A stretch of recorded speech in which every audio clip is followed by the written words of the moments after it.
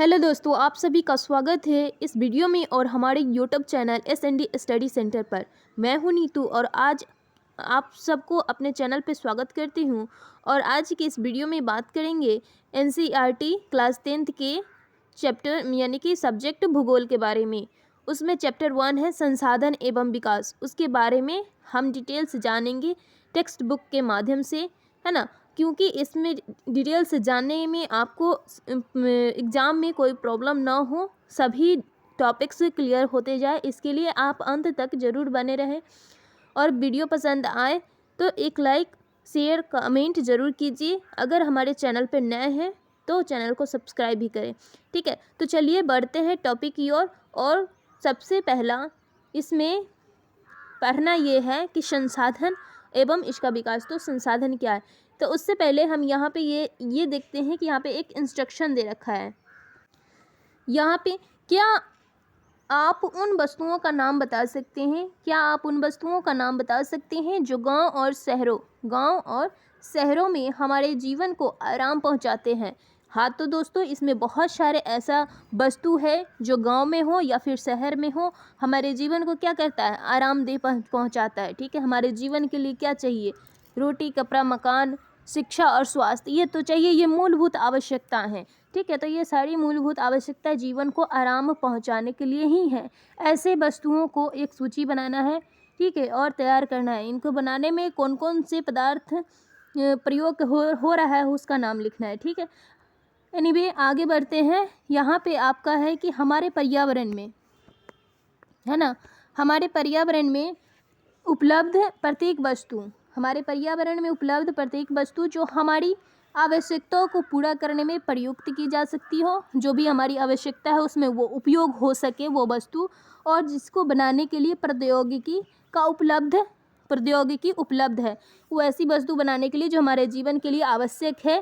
ठीक है, उसको बनाने के लिए टेक्नोलॉजी उपलब्ध हो और आर्थिक रूप से संभाव्य हो, वो उसका आर्थिक उपलब्धि भी हो, सांस्कृतिक रूप से मान्य भी हो।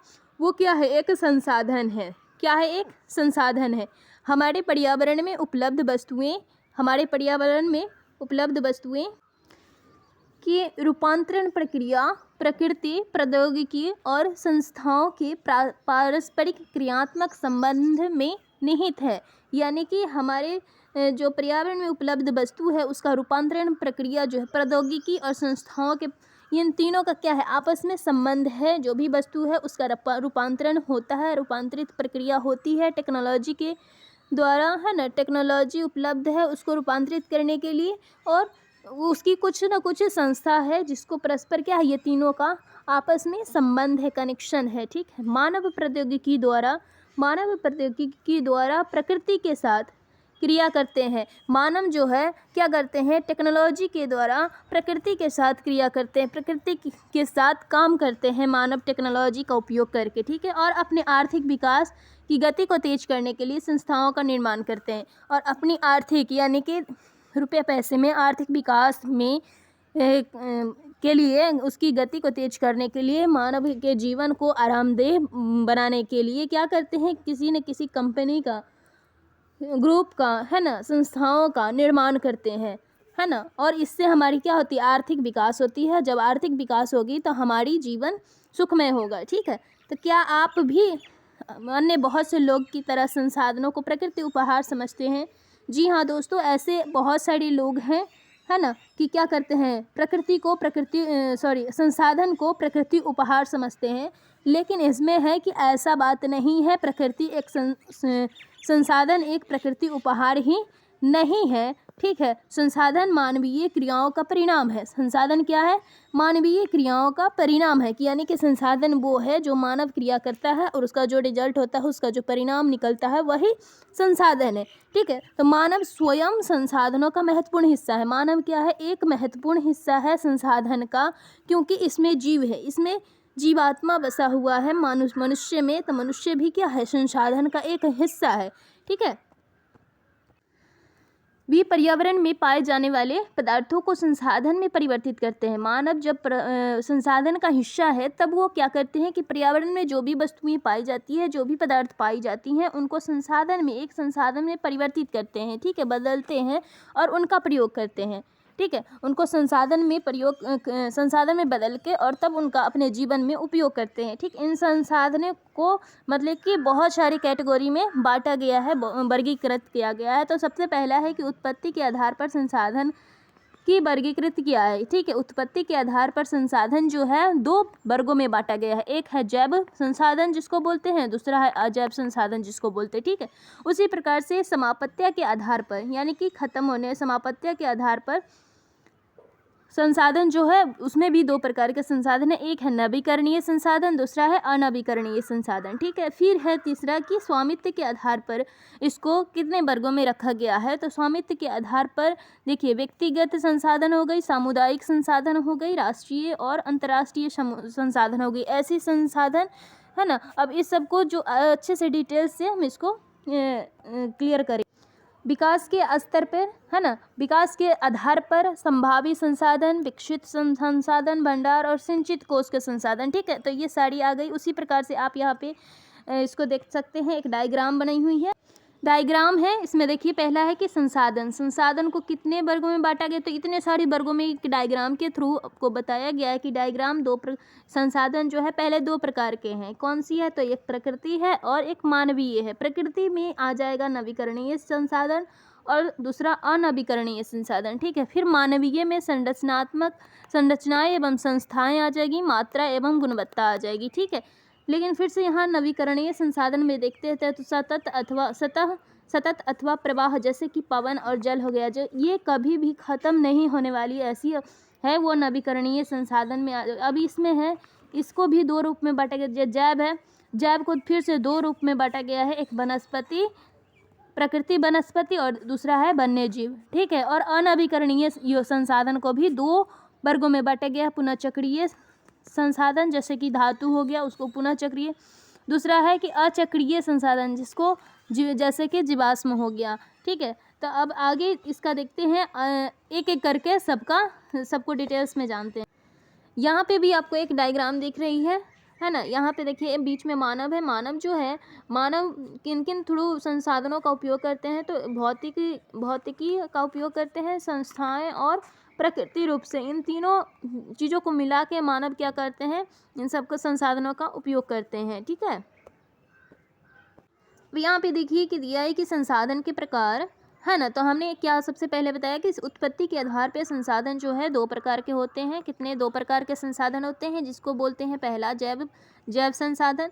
अब देखते हैं कि जैव संसाधन किसको बोलते हैं। तो ऐसी संसाधन जिसकी प्राप्ति जो है जीव मंडल से की जाती है ना। वैसी संसाधन जिसकी प्राप्ति जीव मंडल से की जाती है, इसमें जीवन होते हैं, जीवन व्याप्त होते हैं, है ना, इसी को जैव संसाधन बोलेंगे। जैसे कि मनुष्य है तो मनुष्य में जीवन है, वनस्पति जात है तो वनस्पति में जीवन है, प्राणी जात है, मत्स्य जीवन है, पशुधन है, तो इन सब में क्या है, जीवन प्राप्त है और ये जीव मंडल से प्राप्त होती है, ठीक है। तो इसीलिए इसको क्या बोलते हैं, जैव संसाधन बोलते हैं। क्यों? क्योंकि इसमें जीवन है। जैव संसाधन इसलिए बोलते हैं क्योंकि इसमें जीवन व्याप्त है, इसमें प्राण होते हैं, इसलिए इसको जैव संसाधन बोलते हैं, ठीक है। अगला है कि अजैव संसाधन। क्या है अजैव संसाधन? तो वे सारे संसाधन जो निर्जीव वस्तुओं से बने हैं, वैसी संसाधन जो निर्जीव वस्तु से बने हैं, ठीक है। निर्जीव वस्तु से बने हैं उसको अजैव संसाधन बोलेंगे। जैसे कि धातु हो गई, लकड़ी हो गई, ईंट हो गई, पत्थर, सीमेंट, ये सब, चट्टानें, पहाड़, ये सब क्या आ जाएगी, अजैव संसाधन हो जाएगी, ठीक है। तो ये हो गया उत्पत्ति के आधार पे। तो ये 2 संसाधन हो गई आपकी उत्पत्ति के आधार पर, पहला जैव संसाधन, दूसरा अजैव संसाधन। तो जैव संसाधन आप जान ही गए हैं, नाम से ही पता चलता है कि जिसमें जीवन व्याप्त हो उसको जैव संसाधन बोलेंगे, और जिसमें जीवन व्याप्त न हो यानी कि निर्जीव वस्तुएं से बने हुए हों उसको अजैव संसाधन बोलेंगे, ठीक है। आगे बढ़ते हैं। अब एक ही समापत्तिया के आधार पे संसाधन कितने प्रकार के, समापत्तिया के आधार पे, तो समापत्तिया के आधार पे भी संसाधन जो है 2 प्रकार के होते हैं। पहला है कि नवीकरणीय योग्य संसाधन। पहला क्या है, नवीकरणीय योग्य संसाधन। तो वैसी संसाधन जिन्हें भौतिक, रासायनिक या यांत्रिक प्रक्रियाओं द्वारा नवीकृत या पुनः उत्पन्न किया जाता है, यानी कि वैसी संसाधन जिन्हें हम भौतिक रूप से, है ना, रासायनिक प्रक्रिया के द्वारा, यानी कि भौतिक प्रक्रिया से या रासायनिक प्रक्रिया से या यांत्रिक प्रक्रिया के द्वारा क्या करते हैं, उन संसाधनों को नवीकृत करते हैं, एक नया रूप देते हैं, ठीक है न, और पुनः उसका उत्पन्न करते हैं, पुनः उसका उत्पन्न किया जा सकता है, उसी को हम नवीकरणीय संसाधन कहेंगे, ठीक है। पुनः पूर्ति योग्य संसाधन इसको कहा जाता है, इसको नवीकरणीय योग्य संसाधन कह ले या पुनः पूर्ति योग्य संसाधन कह ले, ये दोनों एक ही बात है। जैसे कि सौर, जैसे यहाँ पे दिया है कि सौर तथा पवन ऊर्जा, सौर ऊर्जा हो गई, पवन ऊर्जा हो गई, जल हो गई, वन्य जीव हो गई। इन संसाधनों का जो है सतत अथवा प्रवाह संसाधनों में विभाजित किया जाता है। अब इन संसाधनों को भी दो भाग में बांटा जाता है, सतत और प्रवाह, ठीक है। अब उसको हम आगे देखेंगे, फिलहाल अभी यहाँ पे हम इतना ही देखते हैं कि जो नवीकरणीय संसाधन है ये भौतिक, रासायनिक या यांत्रिक प्रक्रियाओं का उपयोग करके क्या करते हैं, इसको नई क्या करते हैं, पुनः उत्पन्न करते हैं इसको, ठीक है। जैसे कि यहाँ पे सौर ऊर्जा है, पवन ऊर्जा है, ठीक है, तो इन सब को क्या करते हैं, पुनः से इसका उत्पन्न करते हैं। जैसे बिजली कुछ बनानी हो तो वो क्या करते हैं, बड़े बड़े पंखा लगा देते हैं पवन का और वहाँ से उसको इकट्ठा किया जाता है, ठीक है। सौर ऊर्जा है तो फिर उसको किया जाता है, यांत्रिक ऊर्जा में कन्वर्ट किया जाता है, फिर उसका उपयोग किया जाता है, ठीक है। तो ये हो गई नवीकरणीय संसाधन। उसी प्रकार से है अनवीकरणीय संसाधन। अनवीकरणीय संसाधन में आप यहाँ पे देखिए, इन संसाधनों का जो विकास है, अनवीकरणीय संसाधन, इन संसाधनों का जो विकास है एक लंबे भूवैज्ञानिक अंतराल में होता है। मतलब कि एक बहुत लंबे समय तक भूवैज्ञानिक का जो अंतराल होता है, अवधि होता है, उसमें होता है। जिस खनिज और जीवाश्म, खनिज जीवाश्म ईंधन इस प्रकार के संसाधनों के उदाहरण है। ये जो खनिज है और जीवाश्म है ये अनवीकरणीय संसाधन का क्या है, उदाहरण है। इनके बनने में लाखों वर्ष लगते हैं, अनवीकरणीय संसाधन को बनने में लाखों वर्ष लगते हैं।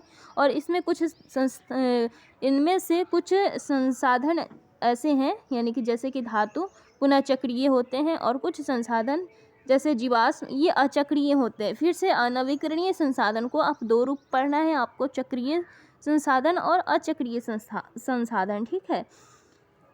एक बार प्रयोग करने के, मतलब कि जीवाश्म जो है अचक्रीय संसाधन है, वो एक बार के प्रयोग करने के बाद ही ख़त्म हो जाता है। अब ये चक्रीय जो है ये धातु है, ठीक है, यानी कि इसको बार बार इसको प्रयोग किया जा सकता है। लेकिन जीवाश्म है जैसे लकड़ी है ना, तो इसको जलाने से ये एक बार में क्या हो जाता है, ख़त्म हो जाता है। तो ये अचक्रीय, इसका चक्र जो है चलता नहीं है, ठीक है। तो ये एक बार प्रयोग करने से ही ये ख़त्म हो जाता है, ठीक है। अब है स्वामित्व के आधार पे इसको हम कितने वर्गों में बांट सकते हैं, स्वामित्व के आधार पे, ठीक है। तो स्वामित्व के आधार पर जो है व्यक्तिगत संसाधन हो गई, और सामुदायिक संसाधन है, राष्ट्रीय संसाधन, अंतर्राष्ट्रीय संसाधन। तो इस प्रकार से इसमें चार प्रकार से आ जाएंगे। अब है पहला कि व्यक्तिगत संसाधन क्या होते हैं, तो संसाधन निजी व्यक्तियों के स्वामित्व में भी होते हैं, ठीक है। संसाधन क्या होते हैं, व्यक्ति के निजी भी होते हैं। बहुत से किसान के पास सरकार द्वारा आवंटित भूमि होती है, बहुत से किसान के पास क्या होती है, सरकारी भूमि होती है, जिसके बदले में वो सरकार को लगान चुकाते हैं, टैक्स देते हैं, ठीक है। गांव में बहुत से लोग भूमि के स्वामी भी होते हैं। गांव में बहुत से ऐसे किसान हैं जिनको खुद का भूमि है, ठीक है, और बहुत से लोग भूमिहीन होते हैं, बहुत से लोगों को भूमि नहीं होती है ना। तो शहरों में लोग भूखंड, घरों व अन्य जायदाद के मालिक होते हैं। शहर में क्या होते हैं, बहुत से लोग अपने मालिक होते हैं। बाग, चारागाह, है ना, बाग, चारागाह, तालाब और कुआं का जल आदि संसाधनों के निजी स्वामित्व के कुछ उदाहरण हैं। ये सब क्या है, निजी। किसान का कुछ अपना खेत है तो उसका निजी खेत है, ठीक है। बाग है तो उसका निजी है, चारागाह है, तालाब है, कुआं है, जल है, ये सब एक निजी स्वामित्व के अंतर्गत आता है। अपने परिवार के संसाधन की एक सूची तैयार करना है। यहाँ पे आप लोग अपने परिवार की जो भी संसाधन है उसको आप जरूर बनाइए और कमेंट कीजिए, ठीक है। आगे देखते हैं, यह है सामुदायिक स्वामित्व वाले संसाधन। सामुदायिक स्वामित्व वाले संसाधन, ये संसाधन समुदाय के सभी सदस्यों को उपलब्ध होते हैं। ऐसे जो संसाधन होते हैं वो एक समुदाय के लिए उपलब्ध कराया जाता है।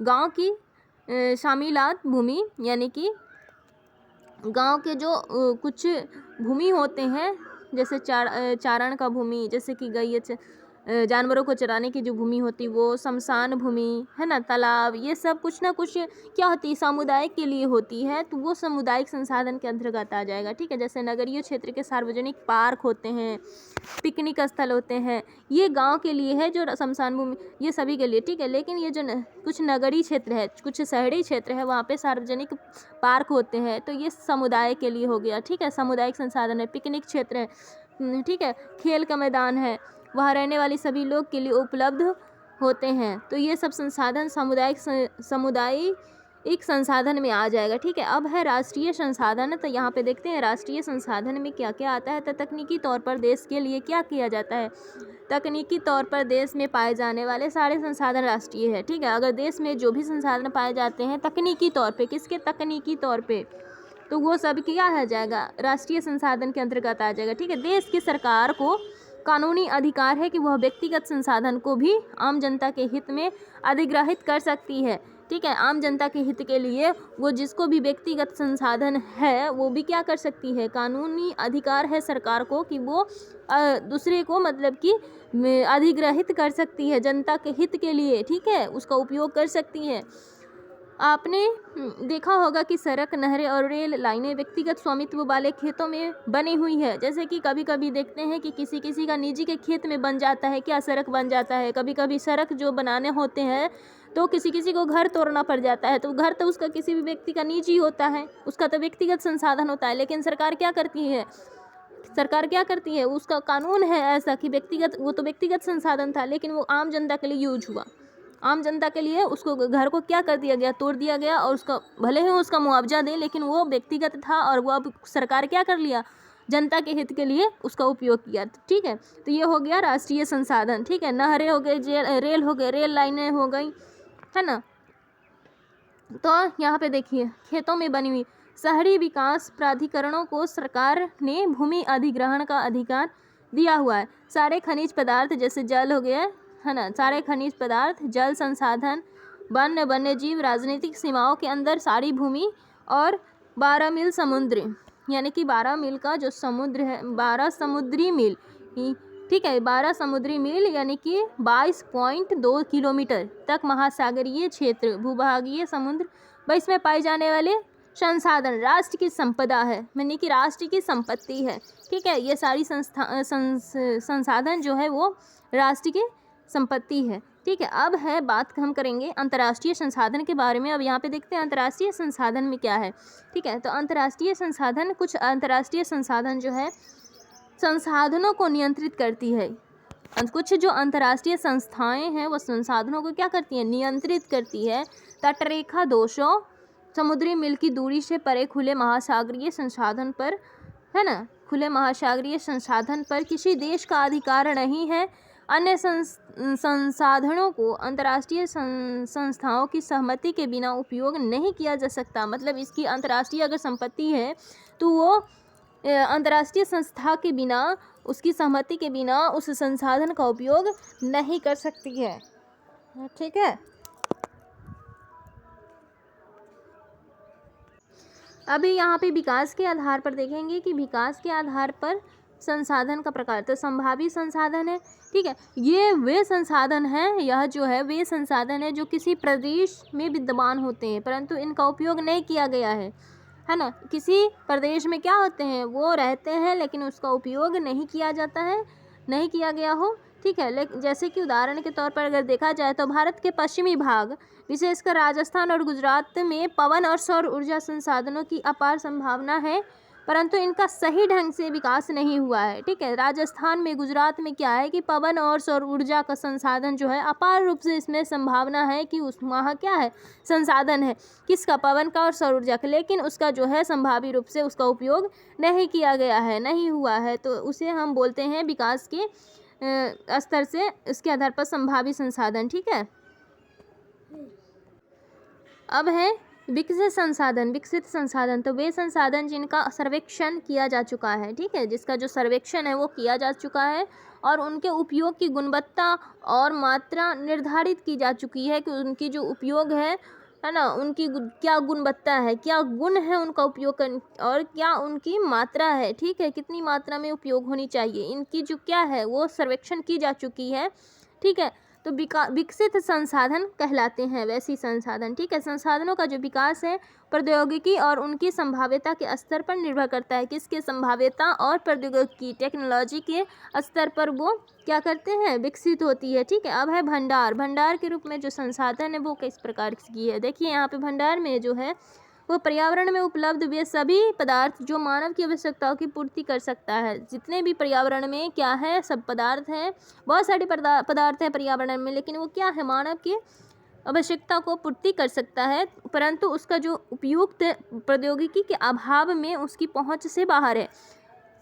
प्रौद्योगिकी टेक्नोलॉजी वहाँ तक नहीं पहुँची है, वहाँ तक जाने में उसकी क्या है, असमर्थता है, वहाँ तक की अभाव है, उसकी पहुँच से बाहर है, तो भंडार में उसको शामिल किया गया है, ठीक है। उसमें भंडार में शामिल है, जैसे कि जल दो गैसों हाइड्रोजन और ऑक्सीजन का यौगिक है। जल जो बना है दो गैस से, ये सभी आप जानते हैं कि ऑक्सीजन और हाइड्रोजन से बना हुआ है, हाइड्रोजन का दो अणु, ऑक्सीजन का एक अणु, ठीक है। तो हाइड्रोजन ऊर्जा का जो मुख्य स्रोत बन सकता है, हाइड्रोजन जो है क्या बन सकता है, ऊर्जा का एक मुख्य स्रोत बन सकता है, लेकिन परंतु इस उद्देश्य से इसका प्रयोग करने के लिए हमारे पास क्या है, उन्नत तकनीक नहीं है, हमारे पास प्रौद्योगिकी नहीं है, टेक्नोलॉजी का ज्ञान नहीं है, इसलिए हम इसका उपयोग नहीं कर सकते, नहीं कर पाते हैं, ठीक है। अब है सिंचित कोष। क्या है सिंचित कोष? सिंचित कोष में क्या होता है कि यह जो संसाधन है भंडार का ही एक हिस्सा है, जैसे कि सिंचित कोष हुए, यानी इसमें भी क्या है, इकट्ठा करने की, भंडारित करने की बात कही गई है ना।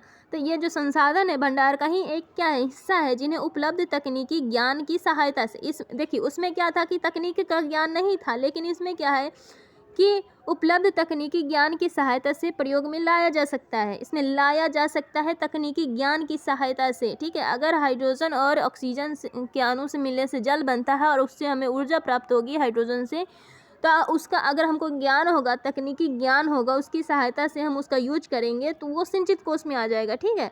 परंतु इसका उपयोग अभी आरंभ नहीं हुआ है, इसका भी उपयोग क्या है, अभी भी आरंभ नहीं हुआ है। उसका उपयोग भविष्य में आवश्यकता पूर्ति के लिए किया जा सकता है। अगर इसका भविष्य में अगर आवश्यकता होगी इसकी, तो ये उपयोग में लाया जा सकता है, इसलिए इसको अभी सिंचित कोष में रखा गया, ठीक है। यदि नदियों में क्या है कि नदियों के जल को विद्युत पैदा करने में प्रयुक्त किया जा सकता है, परंतु वर्तमान में क्या है, वर्तमान समय में इसका उपयोग सीमित पैमाने पर हो रही है। नदियों के जल को क्या किया जा रहा है, नदियों के जल को विद्युत पैदा करने में प्रयुक्त किया जा सकता है, ठीक है। अभी नदी में जो जल है, बहुत सारे जल है, वो ऐसे ही पड़े रहते हैं, विद्युत पैदा करने के लिए उसका प्रयुक्त नहीं किया जाता, लेकिन अगर किया जा सकता है, लेकिन परंतु क्या है कि वर्तमान समय में इसका जो प्रयोग है वो सीमित पैमाने पर ही हो रहा है, इसका पूरा प्रयोग नहीं हो रहा है, एक छोटी सी पैमाने पर हो रही है, ठीक है। तो इसका इस प्रकार जो है बांधों में जल, वन आदि संचित कोष है, ठीक है। इस प्रकार से क्या है, जो बांधों में जल का, वन का, ये सब क्या है, संचित कोष है, इनका उपयोग भविष्य में किया जा सकता है, ऐसा इसमें बोला गया है। अब आप इस सभी बातों को आपको समझ में आ गया होगा। तो अब आपको सारी ये संसाधन की जो प्रकार थे, स्वामित्व के आधार पर, उत्पत्ति के आधार पर, इन सभी आधार पे जो संसाधन की प्रकार थे, उन सभी प्रकार के बारे में आप जान चुके हैं, ठीक है। तो इससे रिलेटेड जो भी क्वेश्चन आती हैं एग्ज़ाम में, आप बिना डाउट्स उसको लगा सकते हैं, ठीक है, क्योंकि यहाँ से भी क्वेश्चन एग्ज़ाम में पूछे जाते हैं, ठीक है। अगर अब इतना ही कह के मैं आपको वाणी को विराम लेना चाहती हूँ, क्योंकि अब इसका जो विकास है, संसाधन का विकास, वो मैं अब नेक्स्ट वीडियो में आपको प्रोवाइड कराऊंगी। इसके लिए बहुत बहुत धन्यवाद आपका। और अगर आप चैनल पे नए हैं तो मेरे चैनल को सब्सक्राइब करें, अच्छा लगे मेरे वीडियो तो आप एक लाइक ज़रूर कीजिए, कमेंट भी कीजिए अगर कहीं डाउट हो तो, ठीक है। उसका मैं पूरा कोशिश करूँगी आपकी डाउट्स को क्लियर करने के लिए, ठीक है। तो धन्यवाद, वीडियो देखने के लिए धन्यवाद, वंस अगेन थैंक्स।